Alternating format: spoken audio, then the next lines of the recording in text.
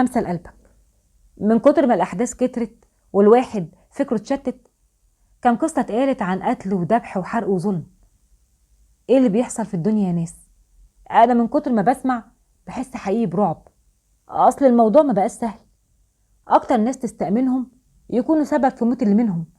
بجد الواحد بيشوف العجب. الفيلم الرعب اللي كنا بنشوفه بقى الواقع يخوف أكتر منه. ازاي بقى في ناس الرحمة اتنزعت من قلوبهم؟ ده لو كان عندهم أصلا قلوب بتحس وتتألم. ازاي في ناس قلوبهم أقسى من الحجر؟ مش كلمة بقولها والله وخلاص. ربنا قال على القاسية قلوبهم.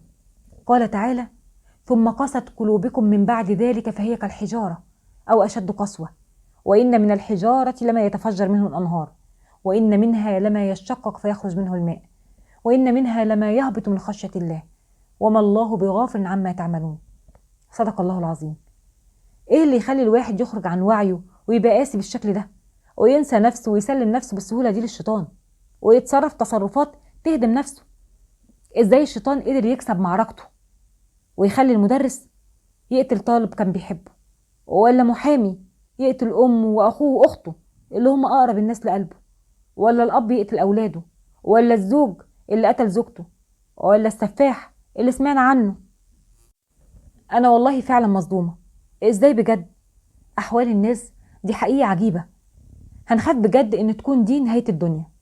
الموت بقى حقيقي بيحاصرنا، سواء الأحداث اللي بنسمعها أو موت الفجأة اللي بقى كتير جدا حوالينا. يا رب ما تكتبش علينا أعمال نعملها لا ترضيك عنا. يا رب عافنا مما ابتليت به غيرنا. لما الواحد بيسمع ويشوف الجرائم اللي بقت منتشرة بقى يخاف بجد. الناس دي كانت في يوم من الأيام عمرها ما تخيلت إنها هتعمل كده، عمرها ما تخيلت وضعها دلوقتي. الشيطان خلاهم ورا القضبان قاعدين مستنيين أحكام يستاهلوها. كانوا زمان بيستنكروها. الناس دي وقعت في الفخ، وقدر الشيطان يستخدمهم علشان في طريقه ياخدهم. يا رب خليك ويانا ولا تنسانا. اهدينا وسدد خطانا، وخلينا أقوى في كل أوقاتنا عشان ما نقعش في الفخ اللي الشيطان عايز يوقعنا فيه. وزي ما قلت وهفضل أقول على طول، احنا في معركة. احنا في معركة وعارفين مين اللي ضدنا وواقف يحاربنا.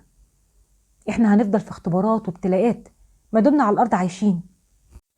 خليكوا فاكرين إننا لربنا محتاجين، بيده الخير وهو على كل شيء قدير. قرب من ربنا وخليك دايما قريب.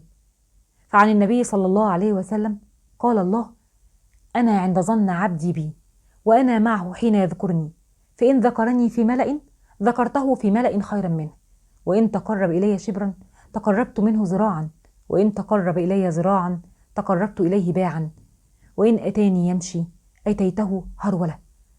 شفت ربنا جميل قد إيه؟ قرب أنت بس وشوف ربنا هيقف جنبك إزاي. قرب أنت بس وقول يا رب. همسة لقلبك. من كتر